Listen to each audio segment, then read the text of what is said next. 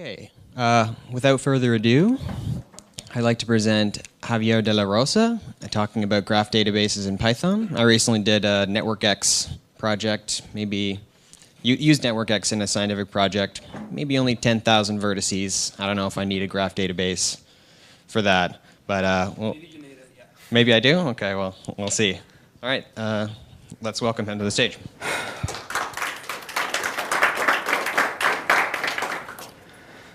Okay, I'm going to talk a bit about graph databases in Python, so thank you for coming. When I know it's Kenneth Wraith upstairs giving a talk too. So first, hi, my name is Javier de la Rosa. I'm from Spain. I did my bachelor and master in Spain in artificial intelligence and pure logic. Then I moved on here, and now I'm doing a PhD in Hispanic studies. So it's kind of weird, but I'm mixing two different fields. I'm working in a Cultureplex lab in the Western University in London, and it's really interesting. So first of all, this talk is a talk at the novice level, so I'm going to talk at very basic level. So if you think you don't understand something, just tell me and I will try to explain it better. So let's get started. In the last 30 years, databases have been relational. That means that all you have to store your data are tables, rows, and columns. So we had a very basic mechanism to make connections between your data. Actually, you only have primary keys that are IDs in your rows and foreign keys. And that's all. That is not very relational. Also, before storing your data in relational databases, you have to define a schema. And if you have ever tried to make a schema migration, you already know that is a big problem, because it's really hard to modify a schema once you have data stored in it. But however, because the data schemas, you can use SQL. That is the standard query language, and it relies in a very strongly mathematical basis because it's the relational algebra. It's really powerful, but it's terrible for highly interconnected data. If you have to make a query using like 4, 5, or 6 joins, a join is when you have to jump between a table to another, that query can take forever, so it's not really good enough for highly interconnected data. And so that's why the community, almost open source community, came up with a solution to go beyond these limitations. This movement was called NoSQL, and it can stand for not only SQL, and then a lot of different kind of databases just appear. We have document databases like MongoDB. We also have key value store that are actually like huge Python dictionaries, like Redis, Riot, or Dynamo. Big tables like Cassandra, Hadoop for analytics, even the SOAP object database. And we also have graph like Neo4j, OpenDB, Hypergraph, Tyrant, a lot of them. This is pretty much the current landscape for databases. There are a lot of solutions for every need you can have. But who is using Graph right now? Mozilla, for example, is working on Pancake, and they are using Pacer. Pacer is kind of a query language.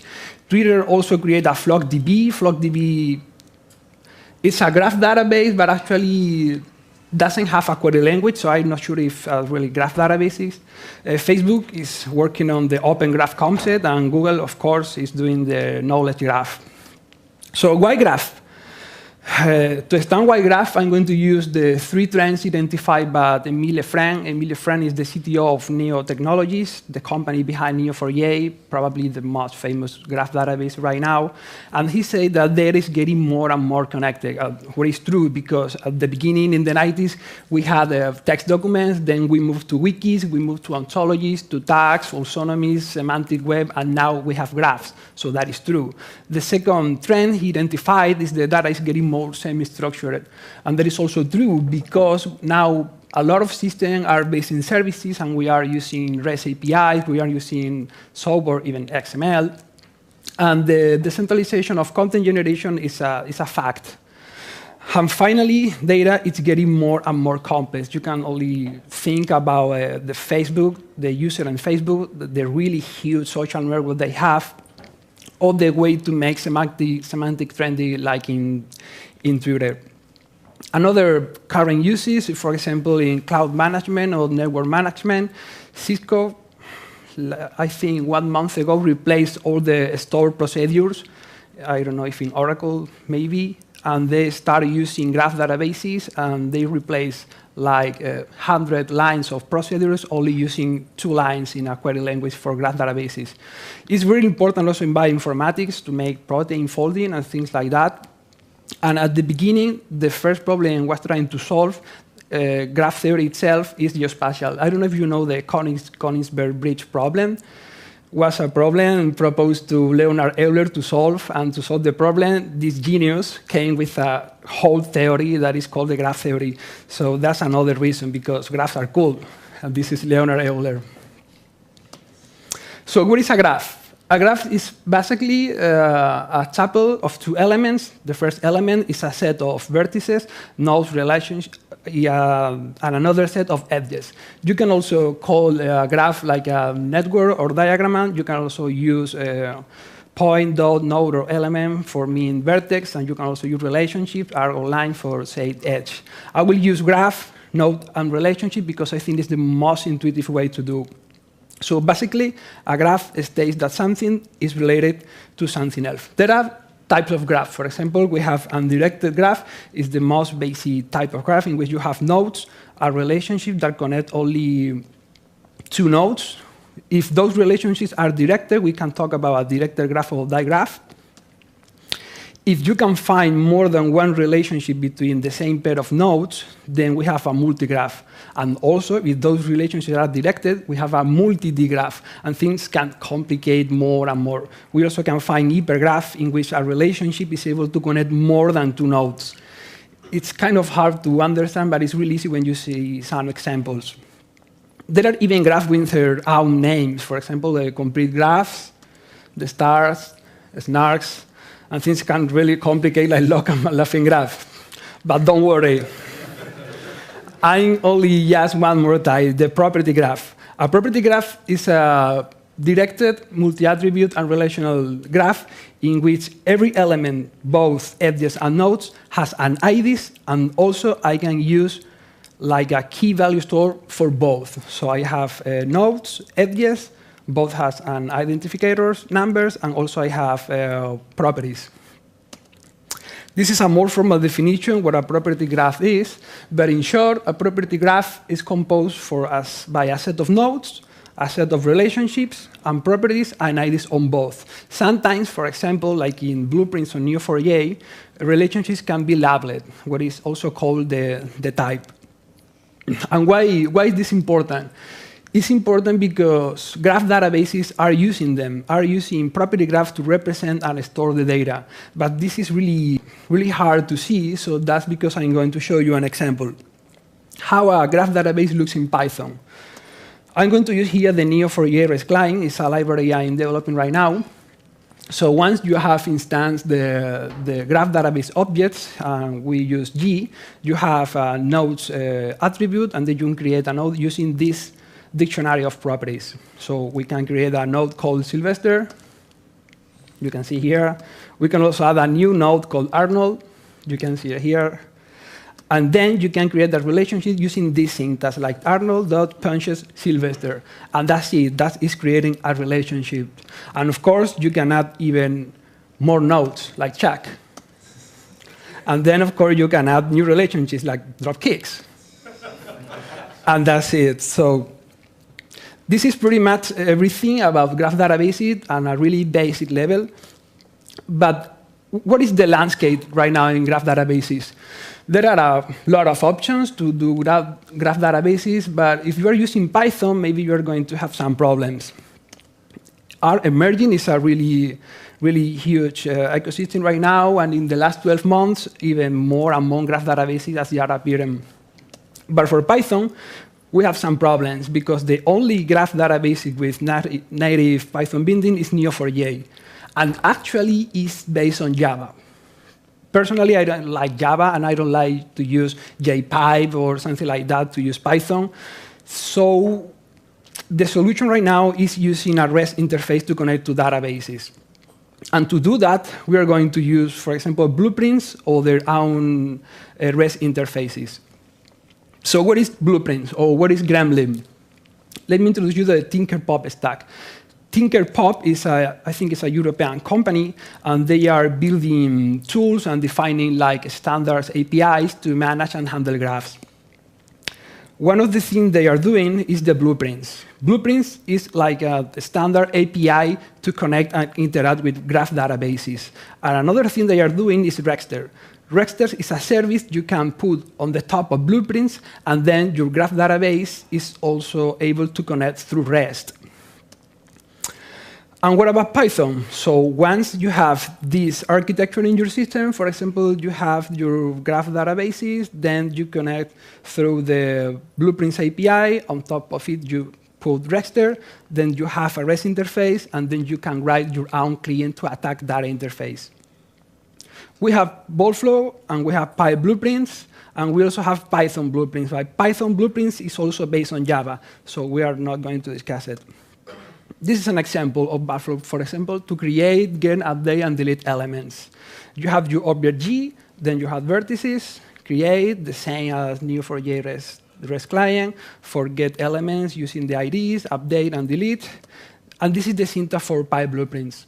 PyBlueprints is totally based on the Blueprints API, that is Java-based. So that is the reason because PyBlueprint is kind of more verbose, but it's useful when you have another kind of databases. But Neo4j, for example, I think is the only one, maybe OrientDB also, that has its own client. So you can connect directly to Neo4j without using Blueprints API or Rexter. And that's what I did. I created the Neo4j REST client, and after that, a guy called Nigel Small also created Python, which is also an awesome client for Neo4j. Once you have your graph database, you define your nodes, you define your relationships, you need to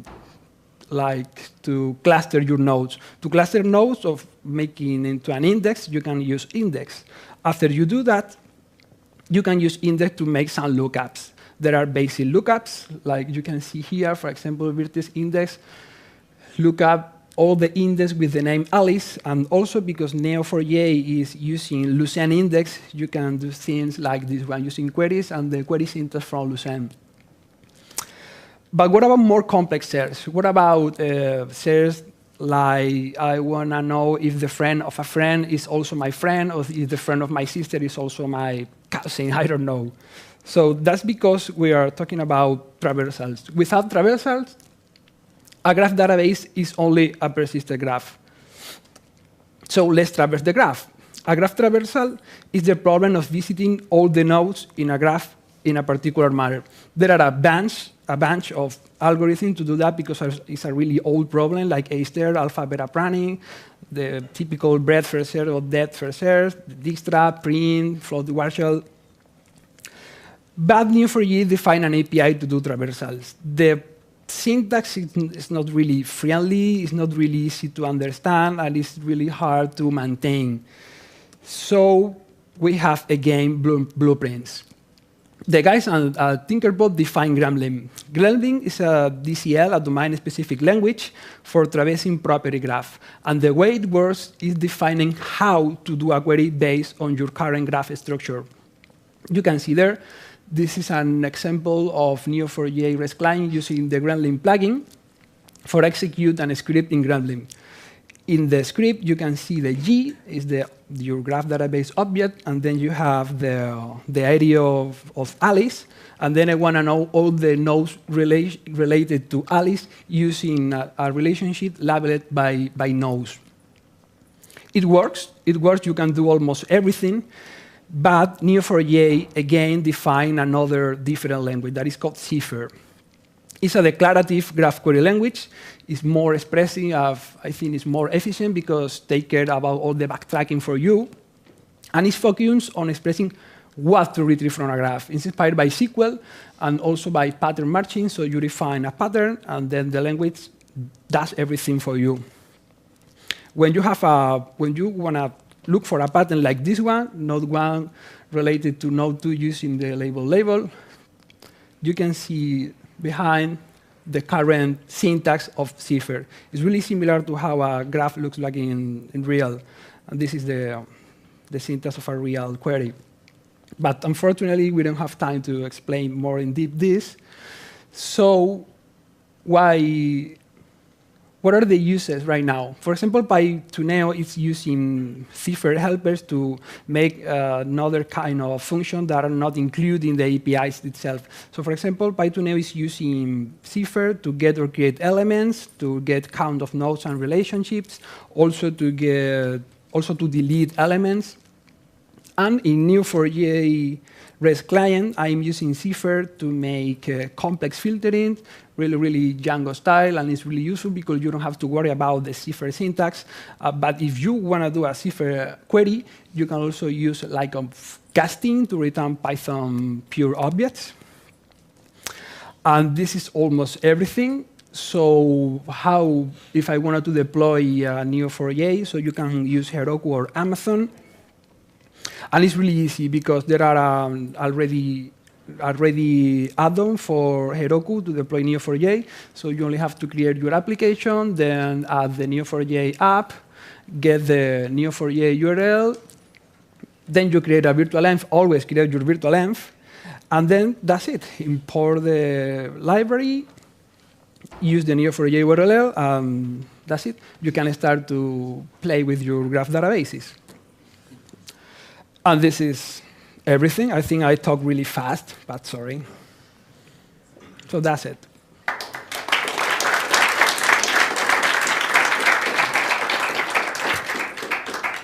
Yeah, we may only have time for 1 or 2 questions because we're behind schedule a bit. No? We're okay? Yeah, well, a little extra padding that we don't really need. So. Okay, step up to the mic if you have anything to ask. Hello. Hello. I'm not by any means really familiar with the graph databases, but I'm just curious. So are the existing graph database technologies, can they easily facilitate stuff like graph analysis, which represents, let's say, state machines? Let's say to make general queries for Markov models and whatnot. Yeah, for sure. Actually, I'm developing a sub-language in which I use temporal interval logic, and I'm using graph databases to do that. Mm-hmm. And they are using for model checking in circuits, so you can do that, sure. Mm-hmm. Great, thank you. Hi, I was just wondering if what the approach would be if you wanted to store multiple graphs in your database and compare subgraphs, for example, within that database. Is that sort of covered with these technologies, or would that be something customized? No, totally, but you can use Cipher query, for example, to do that kind of comparisons. And there are also predefined algorithms, and you can use. So it would be able to search through the entire database of graphs to see yes. what kind of... Yes. Okay. Thank you. Thank you.